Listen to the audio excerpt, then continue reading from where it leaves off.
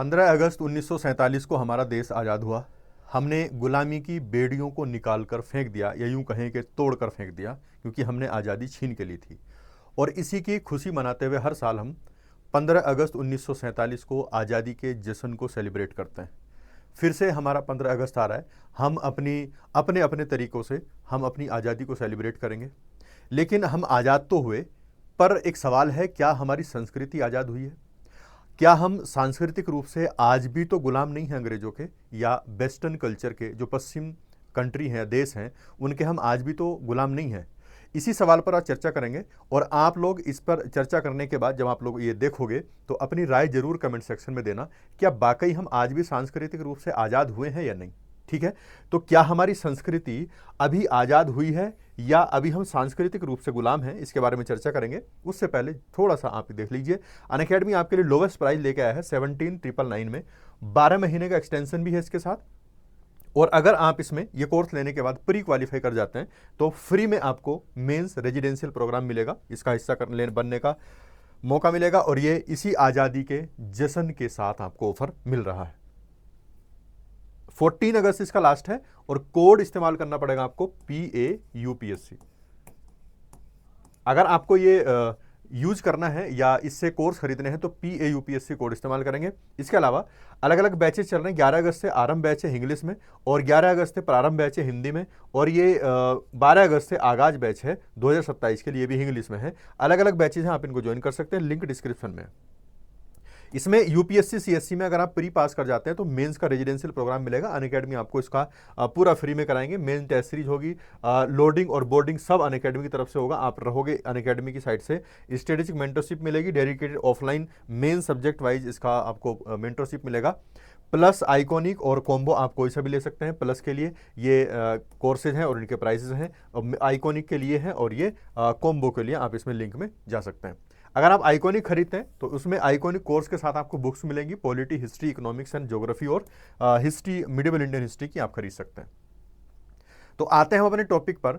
जैसे हम सबको पता है, सब जानते हैं, हमको 15 अगस्त 1947 को जो ब्रिटिशर्स थे, अंग्रेज थे, उनसे हमें आज़ादी मिली थी। तो इसको हम बोलते हैं कि हमको राजनीतिक स्वतंत्रता मिली थी। जो हमको आज़ादी मिली है वो राजनीतिक स्वतंत्रता मिली है, मतलब हम अपने कानून, हम अपना लॉ, अपना सारा कुछ खुद बना सकते हैं। उनसे हमको राजनीतिक रूप से पूरी तरह आज़ादी मिल गई। अब वो हमारे ऊपर शासन नहीं करते हैं। लेकिन स्वतंत्रता का अर्थ केवल राजनीतिक आज़ादी तक नहीं है, सांस्कृतिक स्वतंत्रता का प्रश्न भी उतना ही महत्वपूर्ण है, इंपॉर्टेंट है। क्या हम सिर्फ राजनीतिक रूप से आज़ाद हो गए काफ़ी है? क्या हमको संस्कृति के तौर पर या सांस्कृतिक रूप से भी आज़ाद नहीं होना चाहिए था? तो क्या अभी हम आज़ाद हैं सांस्कृतिक रूप से या गुलाम हैं? औपनिवेशिक शासन ने भारतीय समाज के अलग अलग पहलू, जिसमें सिनेमा है, फैशन है, वास्तुकला है, सामाजिक मानदंड है, इन पर गहरा प्रभाव डाला था। अगर हमारे ऊपर कोई दूसरा रूल करेगा या कोई भी रूल करेगा तो उसकी सोच जो होगी, उसका जो कल्चर होगा, वो भी हम पर हावी होगा। तो वैसे अंग्रेजों का था, उनकी कला, वास्तुकला सब हमारे ऊपर हावी थी। आज स्वतंत्रता के 78 वर्षों बाद भी ये प्रश्न प्रासंगिक है कि क्या हमारी संस्कृति वास्तव में औपनिवेशिक प्रभावों से मुक्त हो पाई है? आज हम अपनी 15 अगस्त को, अभी कुछ दिन बाद सेलिब्रेट करने वाले आज़ादी को, क्या हम अभी भी, हमारी संस्कृति औपनिवेशिक प्रभावों से फ्री हो पाई है कि नहीं? क्या औपनिवेशिक प्रभाव क्या कहलाएगा? किसको कहेंगे औपनिवेशिक प्रभाव? औपनिवेशिक प्रभाव से मतलब है उन मानसिक, सांस्कृतिक और सामाजिक प्रवृत्तियों से जो औपनिवेशिक शासन के दौरान भारत में स्थापित हुई थी और स्वतंत्रता के बाद भी समाज में बनी हुई है। जब अंग्रेज हम पर शासन कर रहे थे, उनकी वजह से हमारे दिमाग पर क्या असर पड़ा, हमारी संस्कृति पर क्या असर पड़ा, हमारी सामाजिक प्रवृत्तियां जो हैं उन पर क्या असर पड़ा, क्या वो आज भी बना हुआ है? ये है औपनिवेशिक प्रभाव का मतलब, कि उनका प्रभाव चाहे सांस्कृतिक रूप से हो, सामाजिक रूप से हो, आर्थिक रूप से तो अब खैर नहीं रहेगा, मानसिक रूप से हो। क्या हमारा मानसिक रूप आज भी उन्हीं का गुलाम है? ये सवाल है, आप कमेंट में जरूर बताना। ब्रिटिश शासन ने भारतीय समाज को पश्चिमी मूल्य, उनकी भाषा, उनकी जीवन शैली और उनका सौंदर्य बोध से प्रभावित किया। उन्हीं ने तो कहा था कि हम गौर वर्ण के हैं, हम गोरे हैं, तो गोरा होना अच्छा है, काला होना बुरा है। वही तो हमको सिखा के गए। उन्होंने कहा था कि आपकी पूरी लाइब्रेरी हमारी एक रैक के बराबर है, तो उन्हीं का तो प्रभाव हमारे ऊपर है। आज भी हम अंग्रेजी को इतना प्रभावशाली मानते हैं। ये प्रभाव इतना गहरा था कि स्वतंत्रता के बाद भी भारतीय समाज में पश्चिमी श्रेष्ठता की धारणा बनी रही। आज भी क्या हम पश्चिम को श्रेष्ठ नहीं मानते? हम हमारे पास वेद हैं, हमारे पास अपना कल्चर है, हमारे पास अपना लिटरेचर है, हमारे पास अपनी सारी सभ्यता है। सबसे पुरानी सभ्यता इंडस वैली सभ्यता जो हम जानते हैं, इंडस वैली सिविलाइजेशन, वो हमारे पास है। और उतने बड़े बड़े शहर, उनकी जो नाली का सिस्टम है, आपने देखा होगा पानी का सिस्टम, ड्रेनेज सिस्टम, आज भी पूरी दुनिया को धूल चटाता है। लेकिन आज भी हम पश्चिम को सबसे ऊपर नहीं मानते हैं। ये प्रभाव न केवल व्यक्तिगत व्यवहार में बल्कि सांस्कृतिक क्षेत्र जैसे सिनेमा, फैशन और वास्तुकला में भी परिलक्षित होता है। आज भी हम फैशन को किसको ऊपर रखते हैं? हम पश्चिम के फैशन को आज भी ऊपर रखते हैं। आज भी हम सिनेमा की जब बात करते हैं तो हॉलीवुड को ऊपर रखते हैं, जब अवार्ड्स की बात करते हैं तो उनके अवार्ड्स को ऊपर रखते हैं। तो क्या आज भी हमारे दिमाग में उनका असर है? सिनेमा में औपनिवेशिक प्रभाव क्या कहलाएगा? भारतीय सिनेमा, खास तौर से बॉलीवुड, भारतीय संस्कृति का एक प्रमुख दर्पण रहा है। हमको अगर भारतीय संस्कृति की झलक देखनी हो तो कहाँ मिलती है? सिनेमा में। क्या वाकई आज हमको भारतीय संस्कृति की झलक सिनेमा में मिलती है? आप कमेंट सेक्शन में बताइए। क्या भारतीय संस्कृति को रिप्रेजेंट कर रहा है बॉलीवुड, या ये पश्चिमी संस्कृति को पूरी तरह से फॉलो कर रहा है? आप बता सकते हैं। आज, अब मैं मूवी का नाम नहीं लूंगा, अभी कुछ दिन पहले एक मूवी निकली थी, क्या था उसमें, किस तरह से हमारा जो यूथ है वो उस पर बर्बाद हुआ जा रहा था। हालांकि स्वतंत्रता के बाद भी सिनेमा में औपनिवेशिक प्रभाव जो है स्पष्ट दिखाई देता है। औपनिवेशिक प्रभाव क्या है? जो शुरुआती भारतीय सिनेमा मिलेगा, पश्चिमी कथानक, पोशाक और जीवन शैली का अनुकरण करता है। हम पश्चिमी कथानक को देखेंगे, उसका प्रभाव है उसकी जीवन शैली को अनुसरण करता है और शहरी आधुनिकता को पश्चिमी मानकों के अनुसार दिखाता है। जो हमारा बॉलीवुड है वो भी अगर शहर को दिखाना चाहे या आधुनिकता को दिखाना चाहे तो कॉपी कहां से करता है? पश्चिमी मानक, जो वहां के स्टैंडर्ड है उनको फॉलो करता है। जब हम आज भी अपनी एक्ट्रेस या हीरोइन को देखते हैं तो वो पश्चिमी मानकों को फॉलो करते हैं कि इस तरह से बॉडी होनी चाहिए, इस तरह से पहनावे होने चाहिए। किसका है? पश्चिमी मानक है। क्या हमारी हीरोइन या हमारे जो एक्टर एक्ट्रेस हैं वो भारतीय परिधान में आपने देखे हैं? क्या उनको वो रिप्रेजेंट करता मॉडर्न के नाम पे, या पश्चिम को रिप्रेजेंट करता है? अंग्रेजी संवाद और विदेशी लोकेशन को स्टेटस का प्रतीक माना गया। आज हमारी मूवीज़ कहाँ पर शूट होती हैं? विदेशों में जाकर। वहाँ के जो बड़ी बड़ी सिटीज़ हैं उनको हम अपनी मूवीज़ में लाना अपना स्टेटस सिंबल मानते हैं। उनका फैशन या उनके अंग्रेजी में बोले गए डायलॉग, हम इसको अपनी मूवी या अपने सिनेमा को ऊपर उठता हुआ समझते हैं। सांस्कृतिक जो स्वतंत्रता है उसके संकेत, लगान, स्वदेश, केरल स्टोरी जैसी फिल्में स्वदेशी कथानक और मुद्दों पर केंद्रित हैं। आपने लगान सबने देखी होगी, आमिर खान की, बिल्कुल देसी मुद्दों पर पूरा फोकस किया गया। अंग्रेजों का रूल था हमारे यहाँ, कैसे उसको, कितनी प्यारी मूवी है। स्वदेश मूवी कितनी जबरदस्त मूवी है। अपने देश में आता शाहरुख खान और अपने देश के लिए काम करता है। उसी तरह बाकी और जो क्षेत्रीय सिनेमा है, मराठी वाले, मलयालम के, असमिया के, इनका पुनर्जागरण हुआ। तो मराठी में, मलयालम में अलग अलग मूवी बनना स्टार्ट हुई। ये देसी सिनेमा है। लोक कथा और स्थानीय संवेदनाओं का भी चित्रण किया गया। जो लोक कथाएं हैं या किसी की ऊपर, किसी की लाइफ पर बनी हुई मूवी है, वो इस तरह से।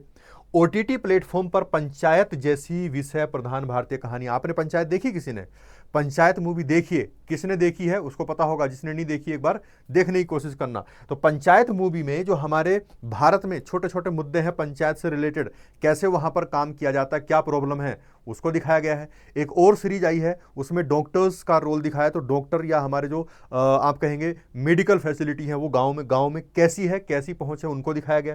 तो ये है हमारा एक्चुअल में दर्पण किसका? समाज का। ये दिखाया जाना चाहिए था। फैशन में औपनिवेशिक प्रभाव क्या है? फैशन भारतीय संस्कृति का एक अभिन्न अंग है। हम पहले से फैशन करते आते हैं, पुराने सभ्यताओं से अलग अलग डांस फॉर्म है, अलग अलग पहनने के तरीके हैं, जो समय के साथ साथ बदलता रहा है। और ये समय के साथ बदलने का मतलब आप आज हम कहाँ पहुँच चुके हैं आप जानते हैं। औपनिवेशिक शासन के दौरान पश्चिमी पोशाक और सौंदर्य मानकों ने भारतीय समाज को प्रभावित किया। पश्चिमी पोशाक को हम एडवांस मानते हैं, मॉडर्न मानते हैं। उनके सौंदर्य प्रसाधन, उनकी जो मतलब मेकअप करने के तरीके, मेकअप आर्टिस्ट वगैरह, उनको हम मॉडर्न मानते हैं और अपने को हम पुराना मानते हैं। क्या है औपनिवेशिक प्रभाव? पश्चिमी जो परिधान है उसको आधुनिक और पारंपरिक परिधान को पुरातन माना गया। हमने ये मानना स्टार्ट कर दिया। अगर कोई महिला साड़ी पहन के मूवी बना रही है, मूवी में एक्टिंग कर रही है, तो उसको हम पुरातन मानते हैं, पुराना मानते हैं। लेकिन अगर कोई पश्चिमी परिधान पहन के बना रही तो उसको हम मॉडर्न मानेंगे। ये हमारी मानसिकता हो गई है। शादी में भी पश्चिमी सूट्स, जो गाउन है, उसका बढ़ता उपयोग।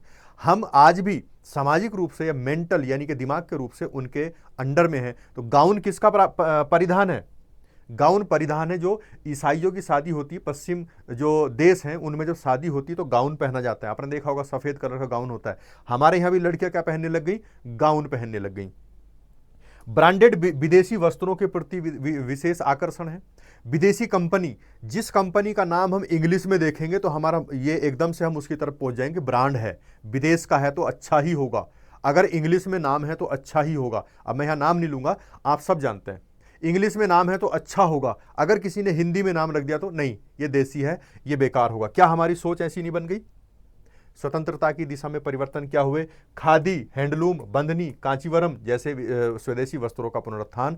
अगर हम वाकई स्वतंत्रता की बात करते हैं, वाकई हम आज़ादी की बात करते हैं, तो हमको अपनी संस्कृति को भी आज़ाद करना पड़ेगा। कब तक हम इनके गुलाम रहेंगे? विदेशी संस्कृति के। हमको ये हैंडलूम को, हमको खादी को, हमको कांचीवरम जो वस्त्र हैं, जिसको आज इनको आगे लाके हम अपने आप को आज़ाद महसूस कर सकते हैं। फैशन डिजाइनर्स द्वारा भारतीय पारंपरिक पैटर्न का वैश्विक मंच पर प्रदर्शन करना, यह भी आज़ादी है।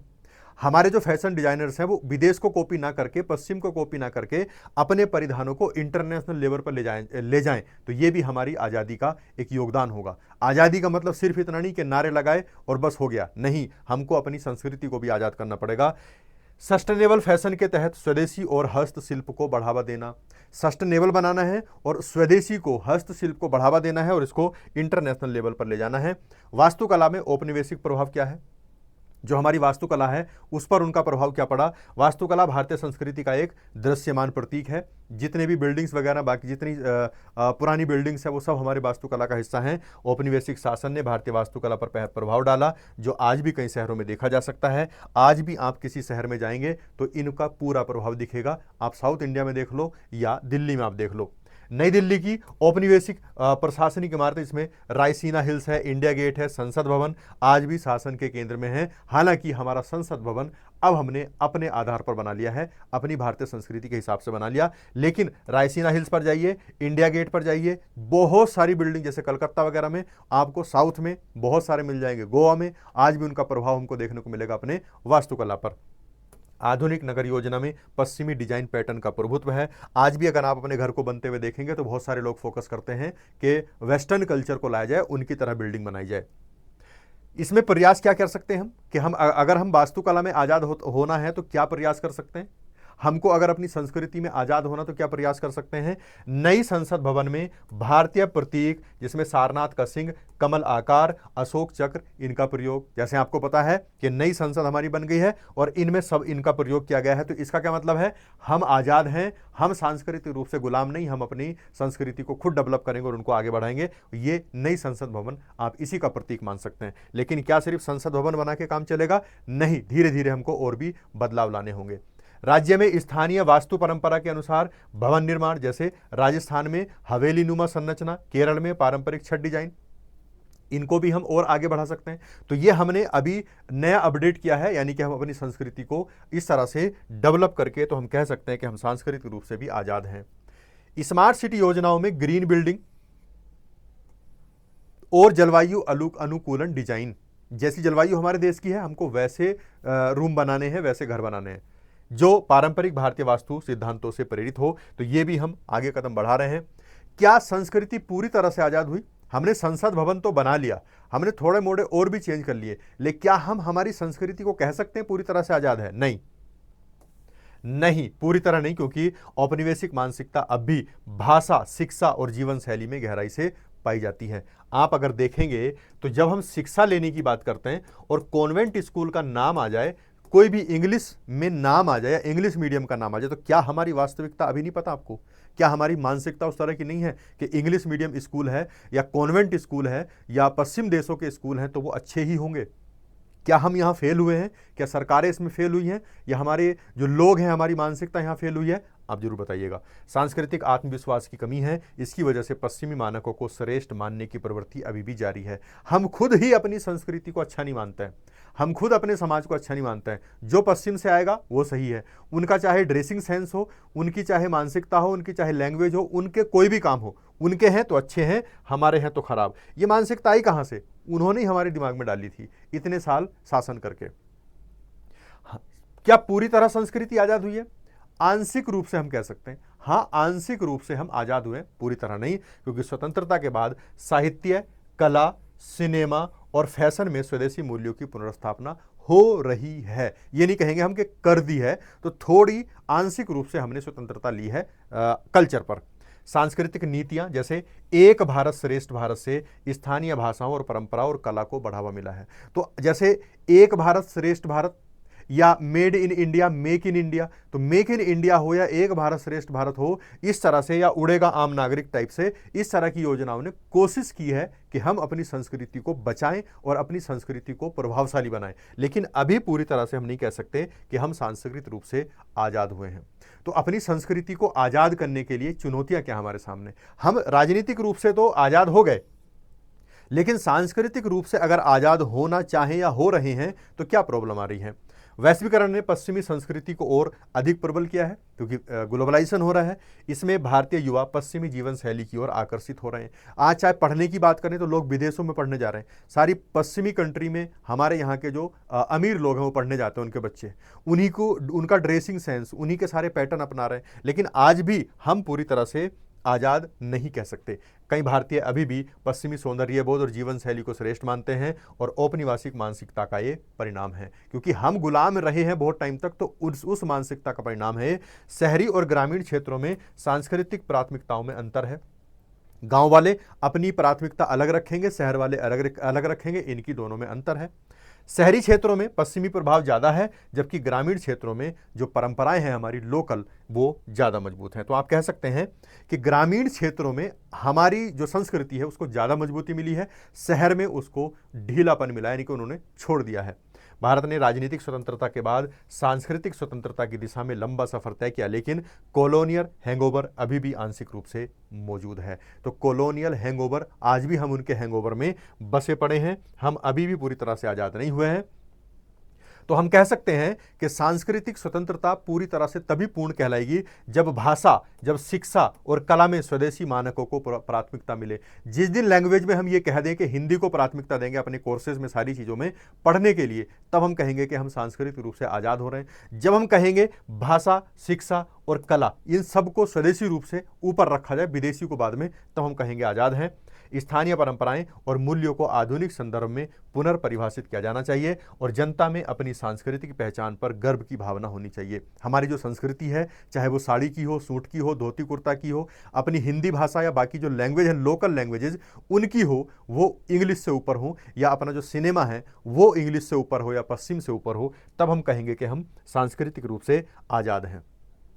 अतः जो आज़ादी की यात्रा है राजनीतिक रूप से बढ़कर सांस्कृतिक आत्मनिर्भर की ओर जारी है। मंजिल अभी दूर है पर दिशा सही है या जारी है। अभी हम अपनी दिशा पर अग्रसर हैं, हम अपनी संस्कृति को आज़ाद करने के लिए अग्रसर हैं, लेकिन अभी लंबी दूरी हमको तय करनी है। लेकिन इस बारे में आप क्या राय रखते हैं, जरूर कमेंट सेक्शन में बताना, क्योंकि आज़ादी का सवाल है। राजनीतिक रूप से आज़ादी होना ही आज़ादी नहीं, आपको बोलने की आज़ादी, आपको लिखने की आज़ादी, अपने धर्म को, अपनी जो हमारा धर्म मतलब कर्तव्य है उसको ऊपर रखने की आज़ादी, या आप कह सकते हैं कि हमारी संस्कृति को संरक्षित करके बचाने की आज़ादी, क्या ये हमारे पास है या नहीं? और अगर नहीं है तो इसमें क्या हो सकता है? आपकी राय में क्या चेंजेस आने चाहिए? किस तरह से हम अपनी संस्कृति को बचा सकते हैं, या बचाना तो छोड़िए, आगे भी बढ़ाना है।